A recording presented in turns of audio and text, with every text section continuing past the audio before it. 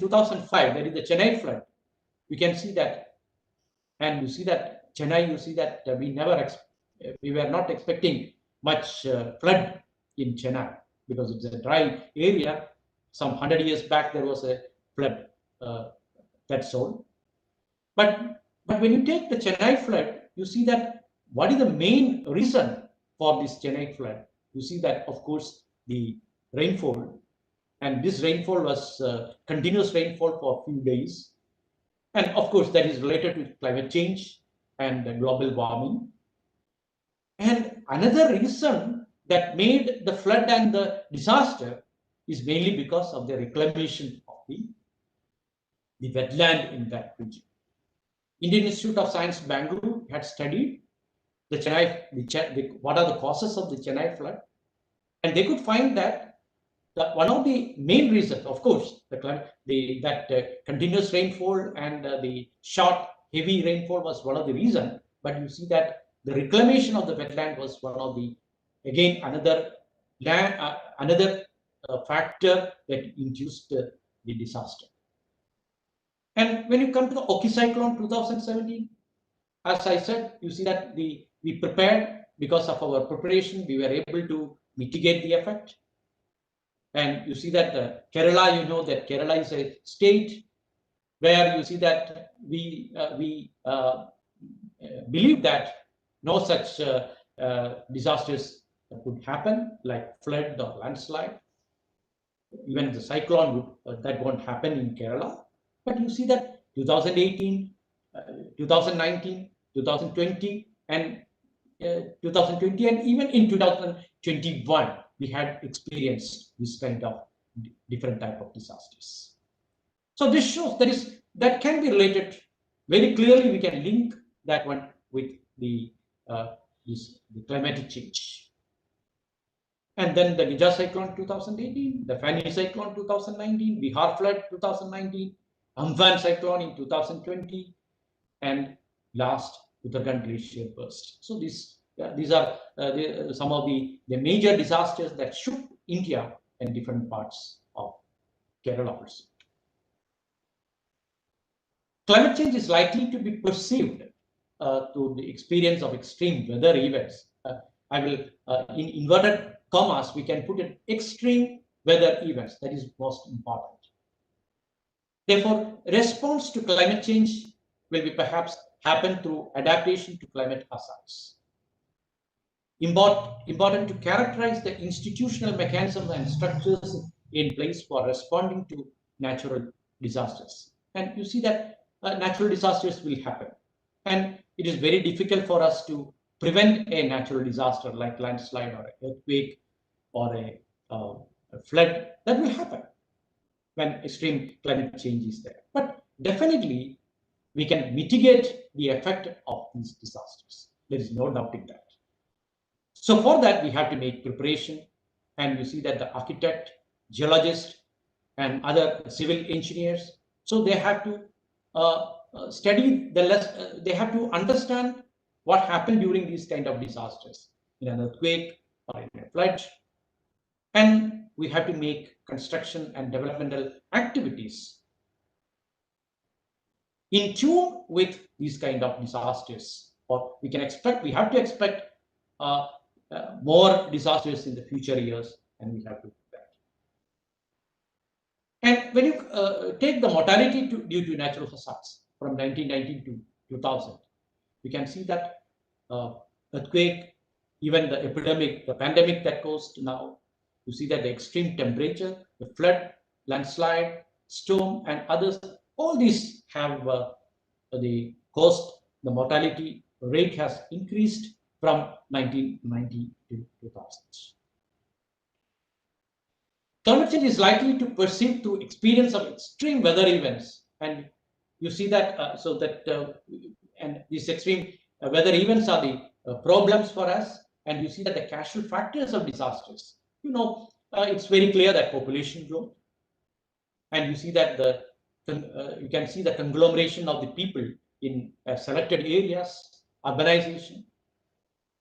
Then you see that the environmental degradation, because you see that our wasteland the shrinkage of the wasteland and wetlands, then the forest area, that type of environmental degradation is happening. Even in Kerala, if you look at, you can see number of lateritic hillocks that is disappearing. And the poverty is another factor that is the factor for many of the disasters. And this ultimately we see that the rapid urbanization is, these are all casual factors of the different kind of disasters. Poverty is a very important factor and we have to address. If you want to mitigate the effect of the natural disasters, definitely we give emphasis to alleviate the poverty. So the lack of resource basis, support system, insurance opportunities for the poor people, that is very important. So if you look at, you can see in North India, if there is some cold wave, who is losing their life, you can see that the poor people who are not having proper shelter and proper clothing, they are actually lost during the cold wave and other things. So you can see the disasters are always connected to the poverty. So we have to, how we can bring these people, providing shelter, providing sanitation to these people, they are all very important in any kind of developmental activities. And you see that we have explained about the tsunamis and the coastal storms and cyclones. And you see that if you take all over India, you can see that we have got a vast stretch of coastal land for India. Even in Kerala also 570 kilometers.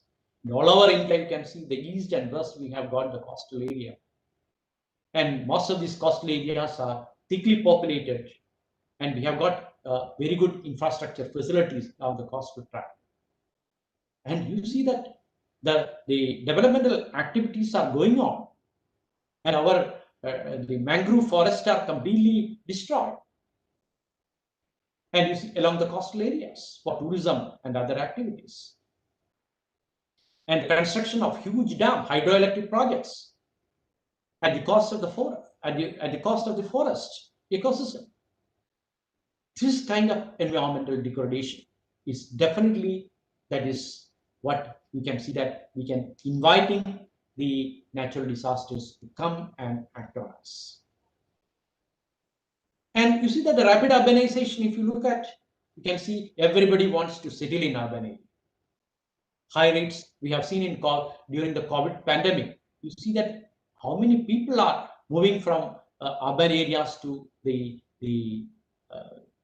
rural areas after the pandemic. Everybody wants to settle in urban area. High rates can accommodate every class of people. It results in growth of slums and planned construction without regulations. And you can see that the slums are growing, and the people are constructing their own houses, very unplanned construction. And also more people are coming, and we don't have any kind of statistics with regard to these people coming from different states. And these are all making problem for the developmental projects. And the population growth effect on people living in crowded areas. And of course, that is also a problem for us. And if you look at the disasters in India, and you see that we have 5,700 kilometer long coastline. And you see that Kochi, where thickly populated, Alleppey to Cochin, that stretch of land is thickly populated. And you see that the Mumbai, if you take the Visakhapatnam or other areas like Kolkata, these areas are all falling in the coastline. And now because of the climate change and the global warming, you see that the chances of cyclones are increasing. So in future, you can see that we can expect more cyclones, more storms, and even tsunami along the coastal tract, both west coast and also along the east coast. So we must prepare for this.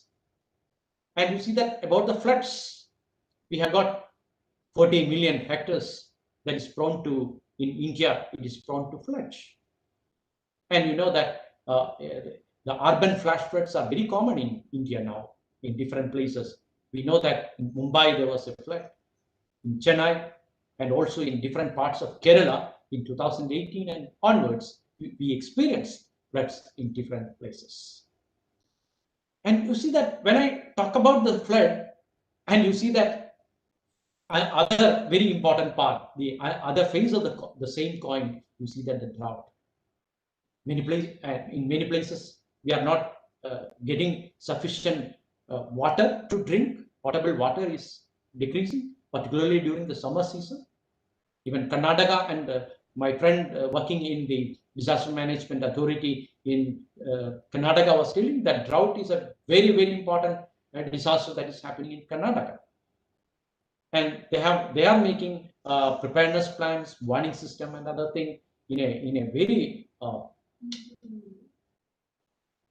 they are delivering this kind of warning system to the agriculture people and making the area drought proof and other things.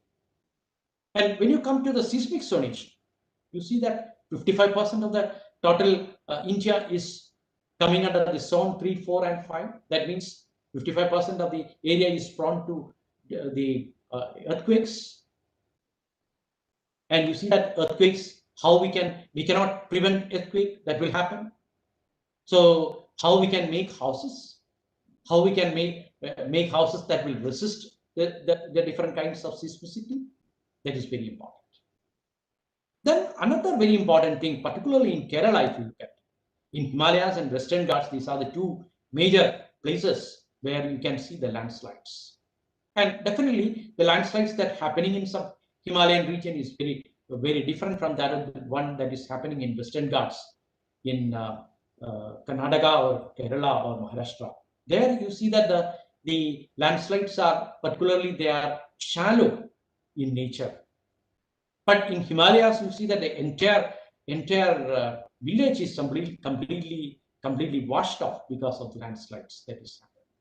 So the landslides are also very common, and we have experienced the landslides in Kerala, and you see that the severe landslides, different kinds that happened in Kerala in 2018, 19, 2020. So this is the case in different parts of Indian subcontinent. A natural disaster is the consequence of an event which causes significant loss to human lives and property. A disaster is defined as the interaction between an event and human activities. You see that I give emphasis to the human activities. There are natural factors that we cannot change that natural factors. We cannot, a landslide happens if the slope of the hillock is greater than 30 degree, roughly 30 degree, the chances of failure is very high. But you see that the human activities in 20 degree, when the slope is 20 degree and the human intervention is there, this human intervention can induce or trigger the landslides and other activities. A disaster is often described as a function of hazard, risk, and vulnerability. I think you might have heard of this in the previous classes, that hazard, vulnerability, and the risk. We know that there are some, based on the geological, hydrological, and meteorological conditions and factors or geotechnical factors, we can identify the hazard areas. That is hazardous to landslide, hazardous to earthquake, hazardous to cyclone or coastal erosion, we can identify. And you see that vulnerability, that is the physical, social, or cultural, economic vulnerability. That is very important. That area is made vulnerable to the disaster. And you see that the risk is the consequence, that is the total loss of the financial loss or the social loss or the total loss of the people. All these can be considered as the risk. So hazard into vulnerability is equal to risk. What we have to do in disaster reduction, we try to decrease the vulnerability. Built environment. There lies the role of engineers and the architects. So how we can reduce the vulnerability? You think about that one.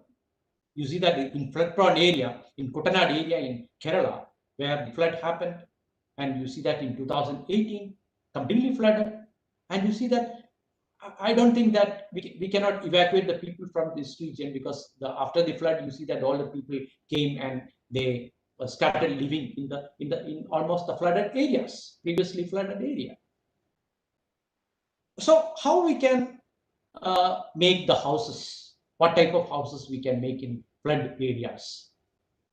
So we can mark the flood level in that area. What is the maximum water level that can increase in that? We have made the flood level maps. These flood level maps are very important, because when you go for implementing new developmental project, we can refer this flood level map, and we can make construction according to this flood level map. So we can reduce the vulnerability of the built-up environment. So say sometimes we have to make the latrines in the flooded areas. What type of latrines that we can provide? So that type of thing, that is very important in such a. So our aim is to reduce the risk. We know that it is hazardous area, and how we can make it less vulnerable. That is the most important. So the risk is equal to hazard into vulnerability and capacity. You try to reduce the vulnerability, maybe because of the construction or other activities. And also another thing is that you try to increase the capacity of the local people. You try to increase the capacity of the local people. You have to give some scientific input. What do you have to do? It's very difficult. I'm a person who, started or associated with disaster management activities in Kerala for the last 20 years. And I know that if I go to Idiki is a hilly region in Kerala. If you go to that place and tell the people with regard to the landslide hazard zone areas and what are the precautions that you have to take, and you see that the panchayat or the common people never listen to what I am speaking. But after the 2018 incident, you see that the people from different, when I reached there, people from different areas came there, and they said that whether they can live in this place, whether they can live in that place, like that. And you see that many questions they came and met me. So the capacity is very important. Make the people, why we are making this, we are not making the houses here, because it is hazard prone. And which are the places that is safe zone? We have already prepared the maps in different states. Hazard zonation map has been prepared. In Kerala we have, I am very sure. In different places, I think different state, they may be having this hazard zonation map. And you see that the Kerala State Disaster Management Authority have made that one. And you see that we can make use of, and we can understand the people that these are the things that we have to be practical. So disaster, what are the things that we have to do before a disaster, and what are the things that we have to do after a disaster? So before the disaster, we have to know look about the preparedness, prevention, mitigation, your structural engineering measures, everything. That is the very important thing before the disaster. And after the disaster, you know how to respond to the situation, how to the relief and rescue operation. When you make some some kind of township and other thing, you see that we have to expect some kind of untoward incidents, like the say a fire or other kind of things. And we have to lay out, in the layout we have to make what is the width of the road, and other kind of things. And all these kinds of things are very important after the disaster, the relief rescue operation. So this is very important, and how to respond to the situation after a disaster. So when you make developmental project, in order to, the development means the development that we have to address the preparedness plans, and also when a disaster happens, what we can do in that one, that is very important. So only then you see that the development will be that will be 100% success. And you see that the risk that depends upon the nature of the hazard, vulnerability of the element which are affected, and also the economic value of the element. You know that one of the, why I am saying this, the vulnerability of the element which are affected and economic value of the element. And you see that along the coastal tract, if it is prone to, say, the storm, what type of house we have to construct? We have to construct houses with heavy roofs and other things. But if you are constructing a house in an earthquake-prone area in zone 5, what type of house we have to construct? We have to construct house which is having light roof. Is it not? So this kind of structural things, depending upon the vulnerability, what type of disaster is going to happen in that area, we have to assess that one, and based upon that, we have to make this kind of the construction and development project. So that is called the physical vulnerability. The physical vulnerability, the structures. What type of structures we can, human settlements we can make there, the infrastructure, and the awareness people, knowledge of the people, how to deal with them. Even you see that the ISRO was very interested in taking the traditional kind of thing, traditional, say, the traditional ways. And they said how we can find science in that traditional ways. We were telling, and KDISC was proposing a project in Kerala, and how this, but we have to find science in that one. So how we can find science in that one? We have to find that one. Some traditional knowledges are there, and how we can, what is the science behind it, behind that one, we have to find it. And this is the one that happened in Kutttippuram. We successfully managed this kind of cyclones, and you see that the Kutttippuram cyclone, even before touching the land, the Odisha coast, we warned the people some 7 days back, and you see that during this time we could make preparation, we evacuate the people along the coastal tract, and you see that we successfully management, and that is one of the best lesson that we have learned, and you see that we have that can be considered as the best effectively how we have mitigated the cyclone in the coastal areas. The one that happened in Kerala, you can see that Kerala also, we in 2017 we have Oki cyclone, but Kerala, you see that the cyclone is not very common in Kerala, but along the eastern coast we are experiencing cyclone. But in Kerala also nowadays, because of the climate change, you see that the chances of the cyclones are increasing. And you see that during this time, very lucky that you can find the pathway of the cyclone very close to the land. This is the land area, very close to the land. You see that the cyclone front passed. You can see the passage, how it passes. And you can see that if it just touch the land surface, then you see that the damage would have been much heavier. So we always speak about the community-based disaster management plan, and you see that it is not the district collector or the minister to come and reduce the disaster, but we can reduce the vulnerability. Community, the first responder, and the maximum. You can see that from the community itself, we have to say that if an incident happens, how we can rescue the people, how we can give the medical treatment, the first aid treatment, that is very important.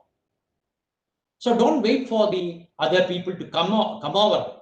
So if any kind of disaster is, chances is there, according to that, if a fire can happen, what type of mitigation measures that we have to take. So people must know that. So there must be a local coping mechanism, traditionally established coping mechanism. If it is there, we have to go for that one. And external sources may be that may be time consuming. That is why we are talking about the community level disaster management plans. So what is the problem? Environment and disasters are interlinked. Yeah. So actually what we are talking about is this is the crux of our topic, that is environment and disasters. They are interlinked. Environmental concerns are not incorporated in disaster management practices and vice versa. That is the problem here. Wherever you look at, along the coastal area, in the beaches and other areas, in hilly regions, you see that go to Idukki or Munnar, these are the hill ranges of Kerala. Even in Uttarakhand, if you may be having the same thing, or in Dehradun, maybe the same problem. You see that unplanned settlement and construction activities are going on. And also, if you now, a new trend is that in Wayanad we have experienced that number of roads are coming, new roads are coming, and these new roads are they are going into the interior of different tourism villages, and you can see that the nucleus of many of these disasters that happened in 2019 and 2020, that started from these new roads that constructed in the hilly regions. So this is how it is. So we are not concerned about the environmental management practices. So the decisions and actions on environment and disasters, that must be taken separately.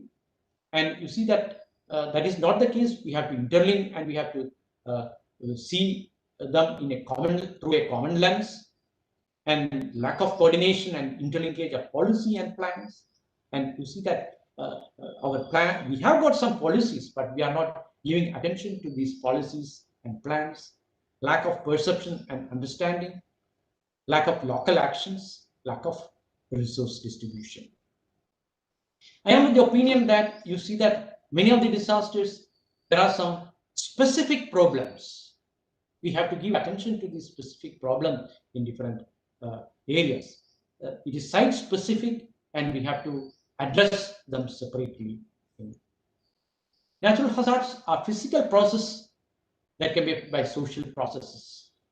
Healthy ecosystems often provide natural defense mechanisms. So we have to protect our environment. We have to protect our healthy ecosystem, like the wetland ecosystem or a lacustrine ecosystem. We have to protect that one. Forest ecosystem. The degraded ecosystem reduce the community resilience. So when the tsunami happened that struck in the Southeast Asian countries, you could have seen many pictures. You can see that wherever mangroves were there you can see that the impact of the tsunami inundation was less. So mangrove is a very good ecosystem that protect, or that will break the energy of the wave system, and you see that will protect the coastal area. But what we are doing, we are just cutting all these mangroves, and we are going for the developmental project along the coastal line. Although the environment itself is often well adapted to natural hazards, disasters can lead to secondary environmental impacts. Environmental degradation itself magnifies risk and becomes a hazard. So what I am giving the emphasis is that environmental degradation itself magnifies risk and becoming a hazard. This is what happening today everywhere in the world, and you see that in Kerala and also in India, you can see that this become a major issue. And you see that you might have heard of, and you may be knowing that one.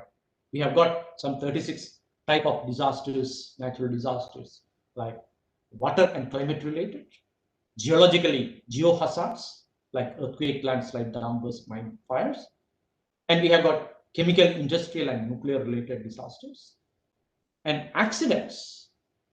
These are not natural one, but you see that they are disasters that is happening, like village fire, oil spills, electrical disasters that is happening in different parts of the world. Biologically related disasters like pest attacks, cattle attacks, and even the corona, that is pandemic that experiencing during this time. And this is the biologically related disasters. And we have got some these different categories of disasters based upon the causes. Even the festival related disasters are also very common. And I'm giving some examples from Kerala because Kerala is a small state. Not only that, because you see that Kerala is a place that was considered as resistant to earthquake, that is resistant to the cyclonic storm, that is resistant to the landslide that may happen here and there. Sometimes it may happen during heavy rainfall. That would be the case with Kerala. Is a small state compared to Tamil Nadu or Karnataka or other states, Maharashtra. And you see that we have got the topography is totally different. We have got the Western Ghats here, and this is the coastal tract. This is the coastal area. You can see 570-kilometer long coastal line. I can just travel from this coastline and I can reach the highest point of the Western Ghats. If I start from here, I just require some 3 or 4 hours or 4.5 hours to reach the top of this Western Ghats region. So you can, and also I can start from the Trivandrum and I can reach the northern part of Kerala. From morning by train, if I take the train, I can reach by evening by 6 o'clock or 7 o'clock. So you can just see that the area of Kerala state is very vast, and you can see it is multi-hazardous now. Since 2018, if you look at, you can see that it is prone to different type of hazards. And in future years also, we are expecting more type of disasters. This is why Kerala is taken. And you see that different type of, and you see that we can list number of disasters that can happen in Kerala, like earthquake, landslide, coastal erosion, storms, flood and drought, thunder and lightning, another very important thing, epidemics, chemical and industrial accidents, boat capsizing, dam burst and festival related disasters. So the goal of environment and disaster management is the safety and sustainability to human lives. Safety is related to avoiding death and injuries to human lives during disaster. Sustainability is related to livelihoods, socio-economic, cultural, environmental, and psychological activity. I am saying that I think that the psychology is a topic that is covering today. Some of our speakers will be speaking on the psychological aspects. And you see that after the disaster that happened in connection with the tsunami in many parts of Kerala, in Kollam district, you see that the affected people after the disaster, after the tsunami, you see that their relatives, their friends have been taken, washed out by the tsunami waves. And you see that after that one, these people, they were under a type of trauma. And the psychology is very important there. How we can free the people from this trauma, that is very important after disaster. And also livelihood. That's a small thing. You see that when the tsunami came, you see that the people along the coastal tract, so that the fish capturing is the main job, the livelihood activity of these people. So after the tsunami, you see that the people in different areas, they didn't buy the fish. And you see that the livelihood of the coastal people, the fishermen people, they were affected because of these kind of disasters. So we have to support, that is the sustainability related to the livelihood, socio-economic, cultural, environmental, and psychological aspects. Some pictures with regard to this kind of the happening in Kerala. You see that you can see the landslides that is happening in Kerala. You can see this is a rubber estate, and you see that how they make houses. You can see this is the overburden thickness. This is the overburden. You can see the soil and the highly weathered rock. This is the bedrock. This is very hard rock, and over this you can see this bedrock is lying. And when there is continuous rainfall for 2 or 3 days, and if the rainfall is very high, you see that the whole thing will slide down. That is called the debris flow in Kerala. In different parts, some thousands of debris flow, smaller one and bigger one happened in Kerala in 2019 and 2018. You see that this is a major landslide that caused the death of 36 people in Kerala. These are shallow debris flows, and you can see that how it happened. What is the reason for this? When we went to the area, this is Amburi in Trivandrum district, this is the region. And what is the main factor that induced? Of course, rainfall was there, but another factor is that you see that they constructed some kind of check dams for collecting water. This is very steep slope. This is highly hazardous, and where the people, this is a rubber estate, and there they constructed some, they trapped water. So this is there was a stream here. This stream was completely blocked, and they tried to collect water. This impoundment of water in this steep slope, that actually one of the factors that is triggered this landslide and debris flow. So this is a human intervention, a high unscientific human intervention that caused this landslide, disastrous landslide. And of course, you know that there are different factors like rainfall, drainage, all this kind, that is quarrying, all these different factors that is causing this. I am not going into details. This is the one that happened in Pune. 134 people died. And you see that when we discussed about the Pune landslide and 134 people died in 2014, they said that this can be related to the deforestation in this region. And you see that this was a major landslip that caused in this region. This is Uttarakhand disaster in 2013 that happened. And you see that, you know that the Himalayan, the rock type, the geology of the Himalayan region and that of the Western Ghat region is different. So you see that this region is very fragile. You can just see the rock type, very fragile. And you see that if the number of roads are coming more, and also the traffic, even the number of vehicles are coming without without any systematic way it is coming, you see that it can induce this kind of landslides and debris flow. You see that in Uttarakhand, you see that this is the type of rock type, and also the unscientific way of construction of the roads in different areas that also cause this kind of disasters. And another one that you can see, but you see that how they have constructed their house. You know that we have to make a scientific study, geological and geotechnical study we have to carry out. Then only you have to make houses here.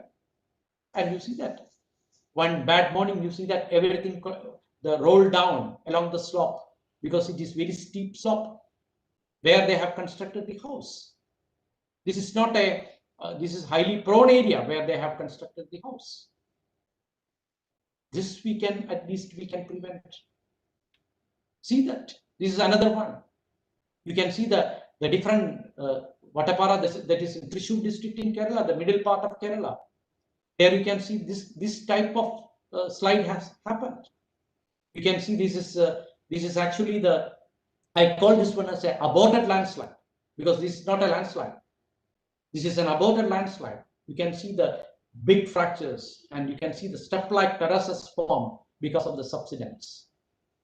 And you can see that the entire area, now we cannot, only after a geotechnical and study, we can construct any houses at this place, because otherwise, if there is continuous rainfall, the chances of failure in this area is very high.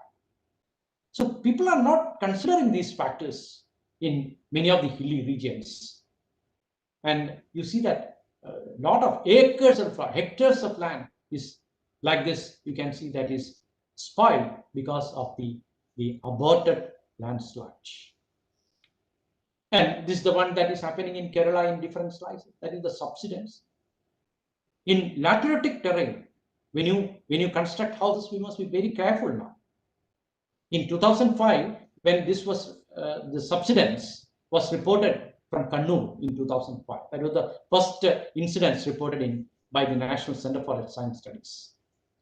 But in 2018 and 2019, you can see that Uppudara, this is similar kind of subsidence is happening in different parts of Kerala in lateritic terrains. And you see that we don't know whether this kind of subsidence happen in the lateritic area. And originally this was actually agriculture area.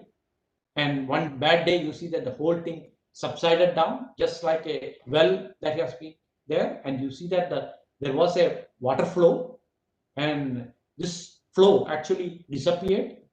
And you see that the entire soil, like the lithomarks, very soft clay that was present underneath, that was completely removed. And that's a big question in Kerala now. The civil engineers must address this question, geotechnical engineers and geologists. Because in many areas, we don't know whether this kind of lithomarch clay is present underneath, and this lithomarch clay can flow, and that is called as the soil piping. That is one of the recent phenomenon that we see in Kerala. So this soil piping actually that causes this kind of soil piping causes these kinds of subsidence. So when you go for construction, we have to consider all these kind of things in future. Oh, this is the one I told you about the soil piping. You can see from underneath, you can see this fragile soil, clay-like material that is just flowing down. This is one that happened in Kozhikode, where you can see that clay coming out from that is depositing in different region, and that started flowing from a different region. There you can see some cavities formed, subsidence have happened, and this is collected in a different area. It's very fragile, soft, and plastic. And this is a very common phenomenon now in Kerala. And this is another one. You see that when you construct houses, you see that how we make houses. This is a laterite. And you see that this is a Vadavadu near Kottayam, not in a very hilly region. And you see that number of houses they have constructed in 1994, I think. They made steep cuttings like this. It is unscientific. Many steep cuttings they have made. And they have made number of construction. And you see that, you can, next slide, if you look at, you can see what happened. The whole thing collapsed, and you see that the house, and there was a mill, rice mill was there at the base of this cliff, and the entire thing completely collapsed. Luckily that nobody was there because it was noon time, it was interval time, and therefore nothing was there. So the entire thing collapsed. So you see that we could have avoided this, and this kind of features are very common, and when we construct houses, we must address these technicalities, geotechnical conditions. This is another one. And I'm not going, so this is, you see that this is Government College, Muna. In 2005, you see that what happened? It is a unscientific land use practice. You can see that.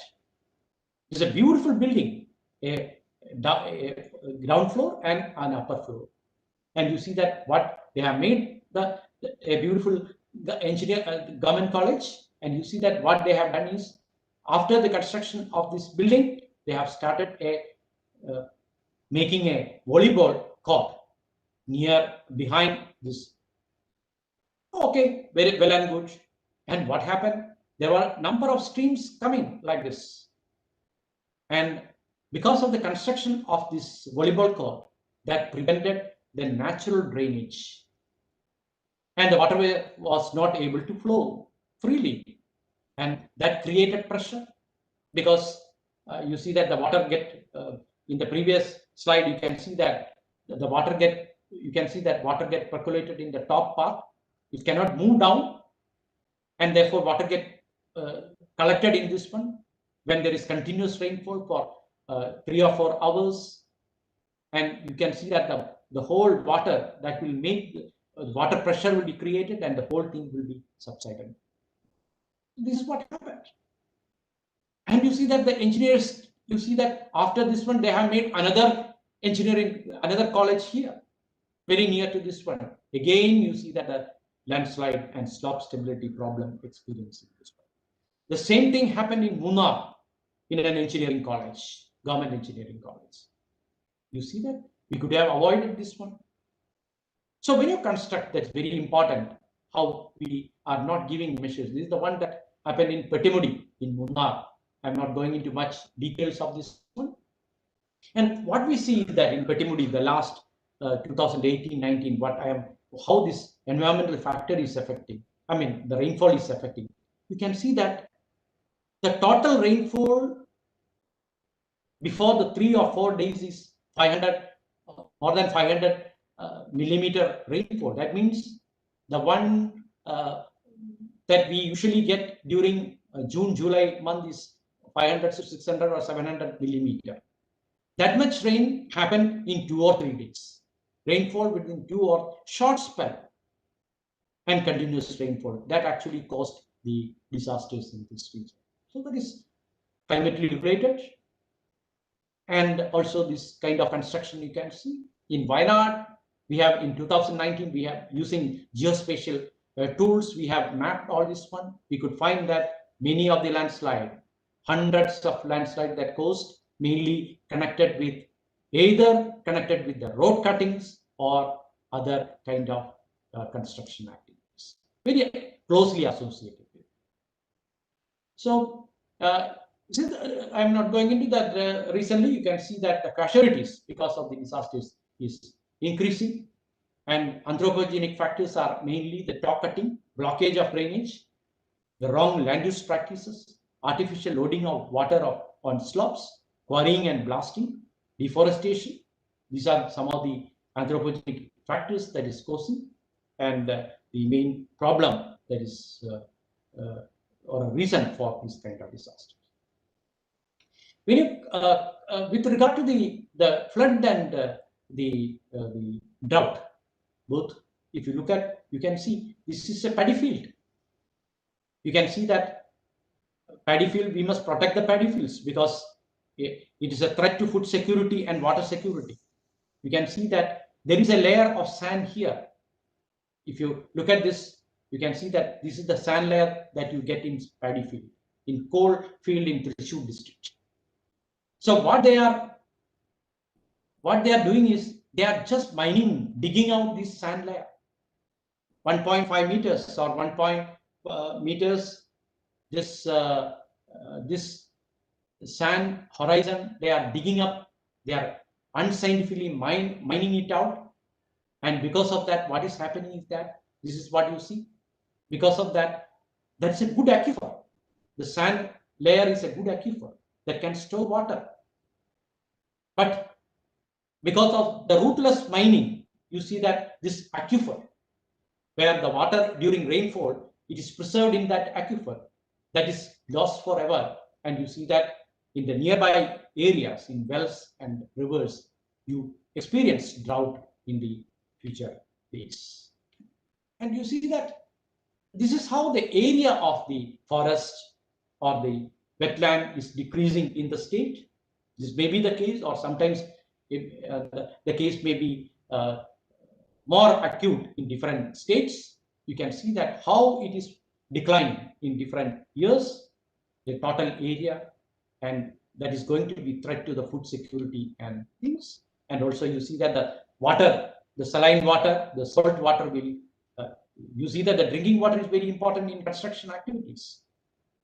And along the coastal tract, if you go for this kind of, if the fresh water level drops, you can see that Geiben-Herzberg relationship.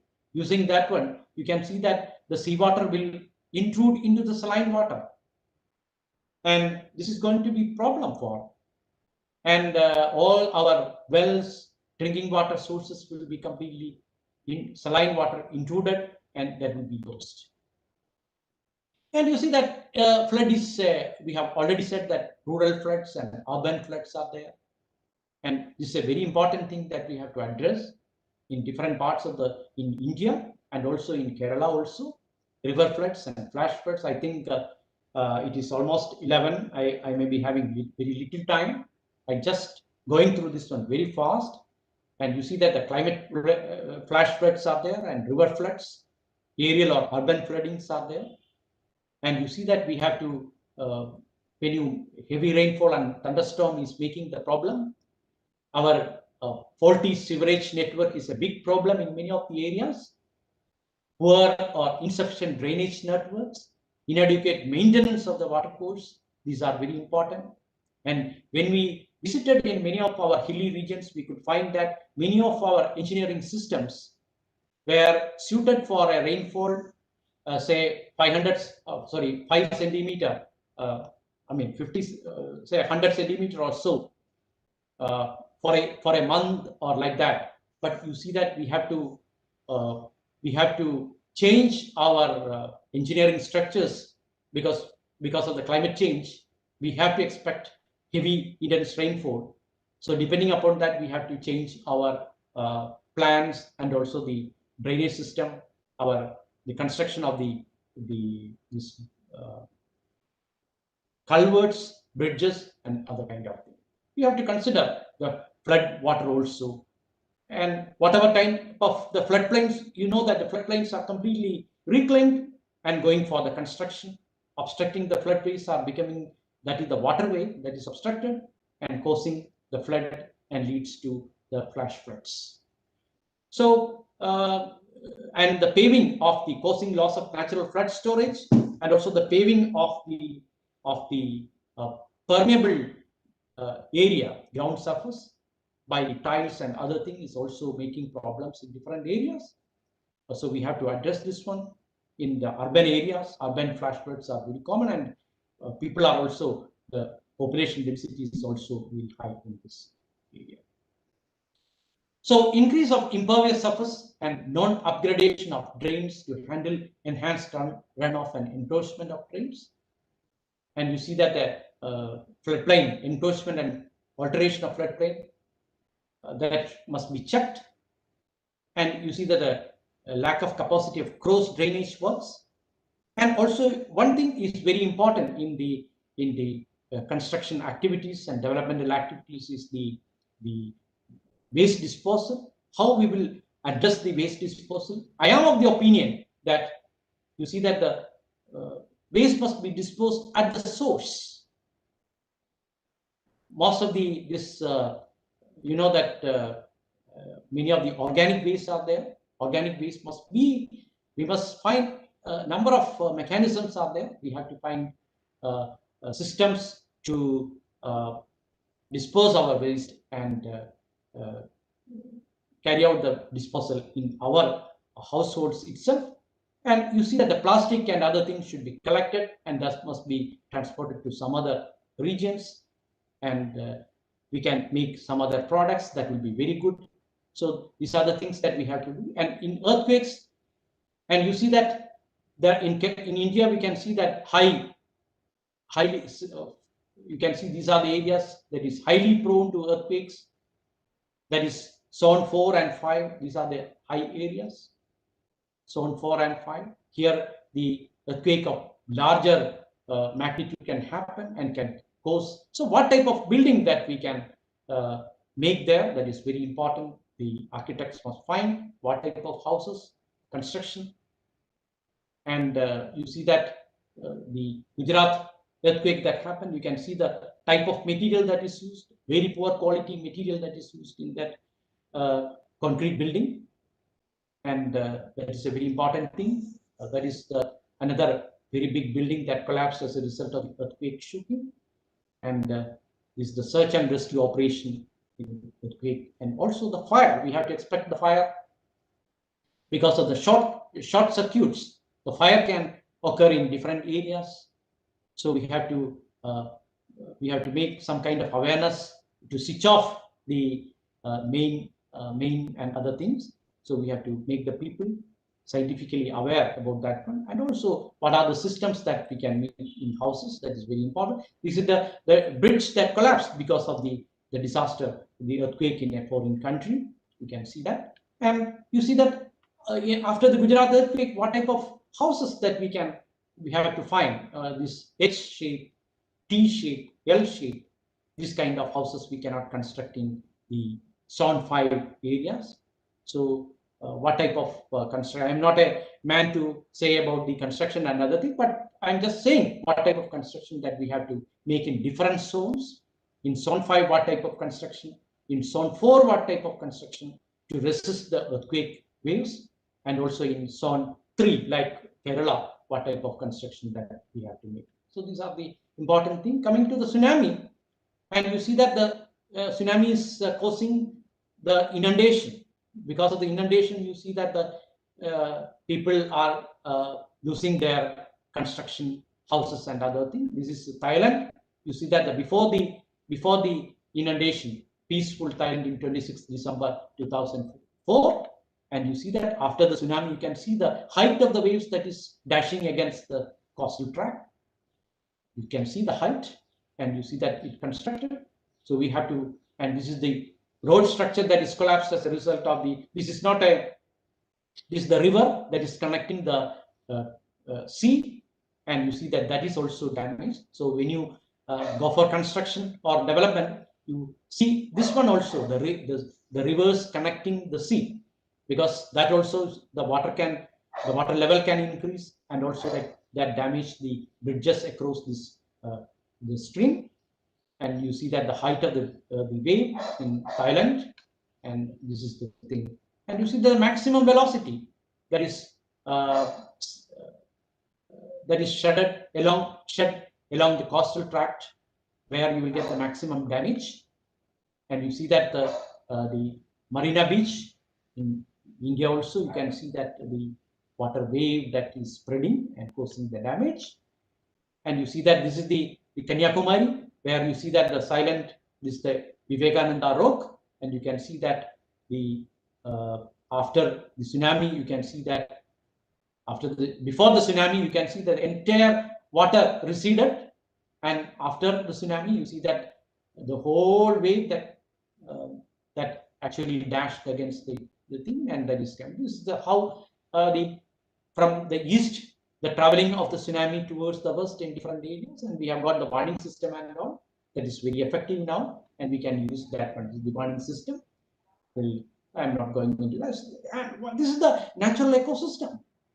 You see the mangroves along the coastal tract. This is a photograph from the Southeast Asian country, where you can see that the how the mangroves reduce or break the energy of the wave that is dashing against the seacoast, and that is ecosystem that should be protected at any cost, and that is very important. This is how the right way of responding, and you see that in Japan and other ways, you can see if tsunami warning is there, there's an indication where to go, and tsunami is there, chances of tsunami is there, they will go to the settlement. And this is the structure for tsunami prone areas along the coastal line by the where you see that this is the fisher folks can live in these places, and you see that even if water comes, the waves come, that will pass under this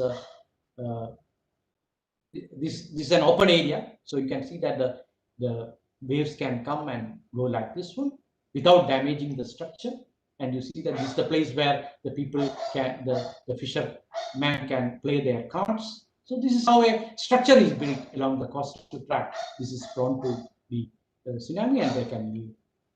So the causes, I think it is almost time, and you see that the causes of the you see that the climate change is a very important factor always, and you see that climate change is causing that is possible to cause different type of natural disasters, but you see that our we people, because of the population, deforestation, and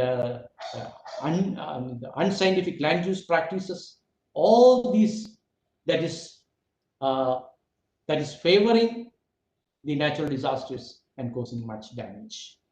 So reducing the risk of disasters and adapting to climate change, environmental management for protection against the natural disasters, strengthening decision-making tools for disaster risk reduction, awareness among public and administrators, broaden role of LSGI.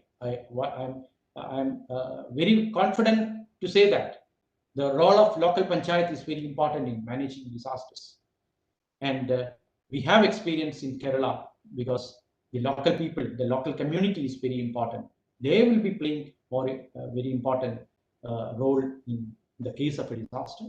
Practical actions to be taken in relation to the planning and management. We have to we can identify the places where we can go for construction, where we can go for say agriculture practices, where we can go for industries. So there must be a zonation, spatial zonation, and that is very important, at least for the coastal area and also for the hilly regions is very important. The then collector, I think Keshwendra Kumar, for Munnar, he has made a spatial plan. What type of houses you can build in this much area of the Munnar area? What type of houses you can make in a altitude greater than this much? What is the area? What is the height of the house?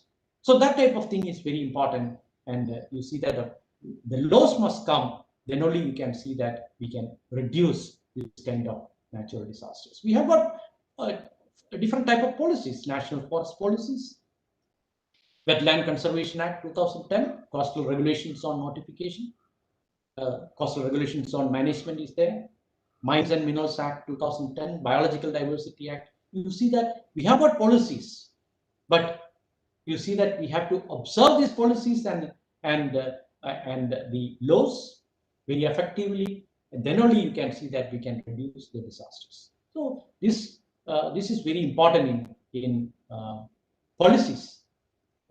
Policies and laws, we must implement that one, and we have to observe these rules and regulation. So that is very important, and that is how we make preparedness plan. How to make the preparedness plan is very important in making a sustainable, say, a land or a state. That is very, very important. So that is what I want to share with you, my dear colleagues and my dear students, my participants. Thank you, sir, for that wonderful presentation. It was thoroughly informating regarding all the risks that we are facing and how to mitigate it also. Sir, I'll take the questions. I'll read out to you the questions from the participants. Yes, please. So the first question, it comes from Meghna Sutaria. Talking about current scenario, are LSGIs empowered as an active member in disaster management? Do they have any decision-making role or reach to resources, especially in rural areas? Yes, you see that only now you see that we have a system to empower the local self-government. Earlier, you see that the whole, particularly to mitigate in the preparedness and mitigation level for natural disasters, and even the waste management and all, that is under the power of the revenue division and other things. But now you see that as far as the Kerala is concerned, we have in 2020 we have implemented that one. We have given a role for the local self-government to involve in such activities. So they can make the annual plans. When they make annual plans, they have to see what are the type of natural disasters or other things that can happen in their area. And based upon that, they can make disaster management plans. And the government is supporting that kind of thing. So in 2020, we have started that one in Kerala. And I think 2021 also, the different panchayats are going for the disaster management plan. And I also helped many panchayats for making disaster management plans, local level. Okay, sir. We have another question. A lot of you had actually addressed that the people reinstated themselves to the same flood-prone areas after the floods. right? So these are because of their social, personal, you know, they relate to the place personally. So how can we ensure that risk reduction in these regions can be ensured? No, no, no, Because we I'm cannot not. move them. No, no, no, I'm not clear. I'm not clear. You So please repeat. Can you? yeah, yes, sir. So you had mentioned that the people had reinstated to the flood-prone areas after the event of the flood too, right? Yeah. So how can we ensure that through policies or as architects, how can we ensure that these regions can be, uh, you know, closed off from them, or how can we reduce risk in these areas? Yes. You know that this is a very important question that we have to address. All our young scientists and the I mean, all the technical experts must answer that one, because in Vembana, in Kuttanad area, we have experienced flood in 2018, and you see that one of the major problem in that area was because we have to evacuate the people from that region. So what type of construction that we can make in such areas? And you see that in many areas, uh, the people in Netherlands and other regions, they are making some kind of constructions in such areas, flood-prone areas. And you see that whether our people will accept that idea, I don't know. It may be much difficult sometimes, but we have to go for that. Otherwise, we have to evacuate the people from that region to other area. Then another thing is that latrine. Latrine is a very important thing in flood-prone areas. In IRTC, we are making some one. You see that Australia, one environmental expert was there. He was very much interested in doing something in Kuttanad region, where flood-prone area. What type of latrines we can make there? That's a flood-prone area, and we made with the KUSAT and IRTC, we have made some plans, but that didn't materialize. So you people, because we are not expert in that one, I am not an expert in that one, and you see that how we can make the uh, latrines in such areas, or latrine linked biogas. That is also very important, because our energy management, I mean the waste management, is also very important in this consequence, in this time. And therefore, how we can address this kind of thing, we have to give some studies and also research. Yes, sir. So this is one last question. Um, how can we readdress the urban issues that human development has already caused? How will it be economically and environmentally feasible? Yes. Yeah, definitely. You see that the problem lies there, because you see that what we can make is, we cannot we cannot make any changes in the already altered portions. But what we can is, whenever we do any other developmental projects and activities, we have to take into consideration of this environment, and we have to manage it properly. So that is the sustainable management. That is only possible, I think. So we can, once you see that the people are living in a region, and we cannot evacuate these people, because a lot of resistance from these people will come, definitely. That become a the political problem there now in India. And you see that we cannot encourage. But whenever we go for new developmental project, we have to consider all these aspects. We also have the Kasturi Rangan and Gadgil reports and their suggestions for development in these kind of regions, sensitive regions. But implementation is the difficult part. Yes, yes, yes. Yes, that So is yeah. A lot of restrictions are there in implementing these laws and policies. That's there. yes, sir. I think it is our role as architects to ensure that even if we were to design in such areas, we design accordingly, or not design if we have a choice at all in these regions. So I'm very much interested if any of our young scientists here are there. If they are interested in Munnar or Idiki or even Kuttanad to do this kind of architectural plan for houses and other things, kindly contact me. I am also interested just for a study. That's all. Particularly in high ranges of Kerala or even other places, I can visit and I can see. I can be a part of that one if it is. If you think so. Thank you. Yes, sir.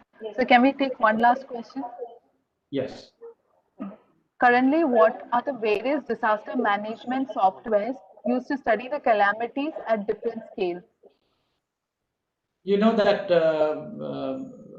so we are using geospatial technologies for GIS and other kind of softwares for doing the analysis for this disaster. Whether we can find whether it is landslide prone area or flood prone area or drought prone area. So for making such maps, for example, the landslide hazard zonation map, flood prone map, for that we can use the GIS and also we can make model with the number of frequencies, the number of incidents that is happening. We can model, and we can with this model we can give it to the people, and they can select whether they have to go for developmental activities or go for construction in this area. That is the only way that we can proceed in this as a preparedness for the disaster management. That's true, sir. That's true. So I think we are done with the questions. Participants, thank you for the questions. So we'll have a photo session where we'll ask the participants to switch on the video so we can take a photograph. So please stay online. So sharing it. So can you please stop sharing your presentation? Oh, yeah, I stopped sharing. Yes. Now it is okay. At this point, if anybody wants to speak or ask anything to the speaker, you may do so. You can unmute yourself and interact with the speaker.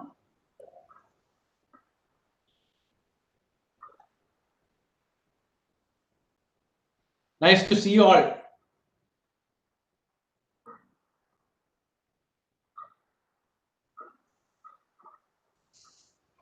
So as a geologist, what I say is that engineers must come forward.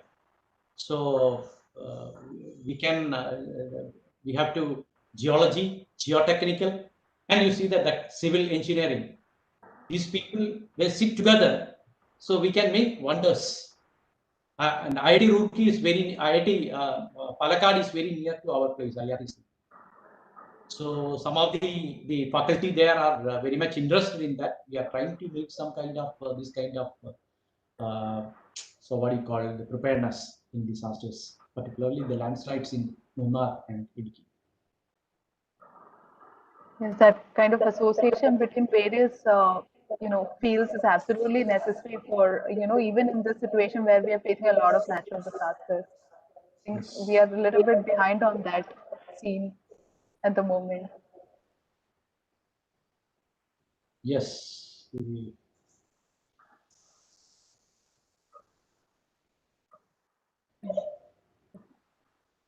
So we're done with the photographs. Thank you. Thank you, sir, for that wonderful session.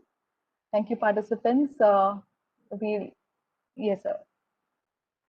We'll resume the next session at in another 3 minutes. We'll put you in the breakout session and then put you back in the main session at sharp 11:30. Thank you for joining us for this session. Also, like I informed earlier in the WhatsApp group chat, the next session we have with Dr. Sujata Karve. She has planned for us a small quiz game. So you may have to switch between two windows at the same time. So I hope you're all prepared for that. Please join the chat if WhatsApp chat if you're already not there. Also, the the attendance link has been shared in the chat. So kindly mark your attendance also. Thank you.